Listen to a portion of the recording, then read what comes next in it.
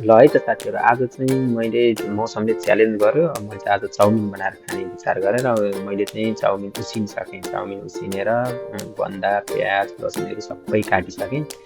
यसरी मजाले सबै थोक काटेर गोलगुडानी उसिनिसकेँ।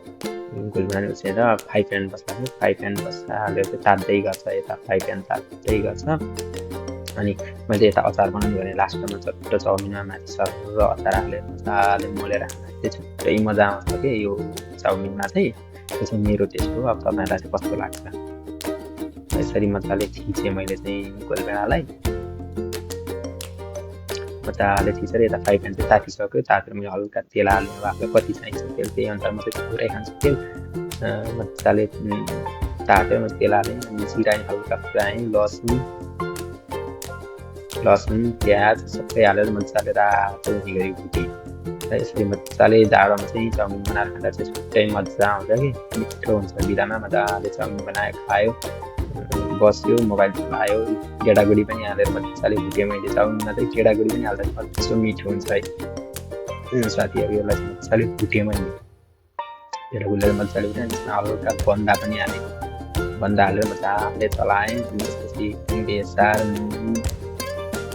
हालेर चाहिँ मजाले चलाएँ। बिस्तारै बिस्तारै थोरै हिटमा हल्का तातो बनाएर त्यससँग मैले पकाएँ यसलाई चाहिँ। हजुरहरू नि यसै गरी मजाले बनाएर खान सक्नुहुन्छ। यो चाहिँ मैले यता अचार पनि रेडी भइसकेको थिएँ। त्यसमा चाहिँ मैले हल्का छोप हालेर मोलेँ, त्यसलाई मजाले मोलेँ। त्यसमा चाहिँ छोप हालेर मलाई थुप्रै टेस्ट आउँछ यसको अचारको चाहिँ। हेर्नु होला यहाँ मैले यस्तो मजाले मोलेको छ। र यता चाउमिन पनि मजाले उसिनेर रेडी भइसकेको छ हाल्नलाई चाहिँ। मजाले त्यसलाई मैले चिसो पानीले पखालेर मजाले राखेँ। त्यसलाई नि हालिदिएँ मैले, सर्लक्क हालेँ। त्यसपछि मजाले चलाएँ। यता तात्दै गर्छ, यता मजाले चलाएँ मजाले चलाएँ। यसलाई बिस्तारै बिस्तारै बिस्तारै चलाएर मोलेँ। सबै चाउमिनभरि लाग्ने गरी मोलेको चाहिँ रेडी भयो। कस्तो मजाको चाउमिन भयो हेर्नुहोस् त। तपाईँहरू नि यसरी बनाएर खानुहुन्छ। यस्तो सर्लक्क मैले चाहिँ कचौरामा मजाले सर्भ गरेँ र त्यो माथि हल्का अचार राख्ने। मजाले अचार चाहिँ हल्का लगाएर अचारमा मोलेर खानुको चाहिँ छुट्टै टेस्ट आउँछ। यसरी खाएँ है त साथीहरू। तपाईँ पनि यसै गरी बनाएर खानु होला। वाह कस्तो मिठो।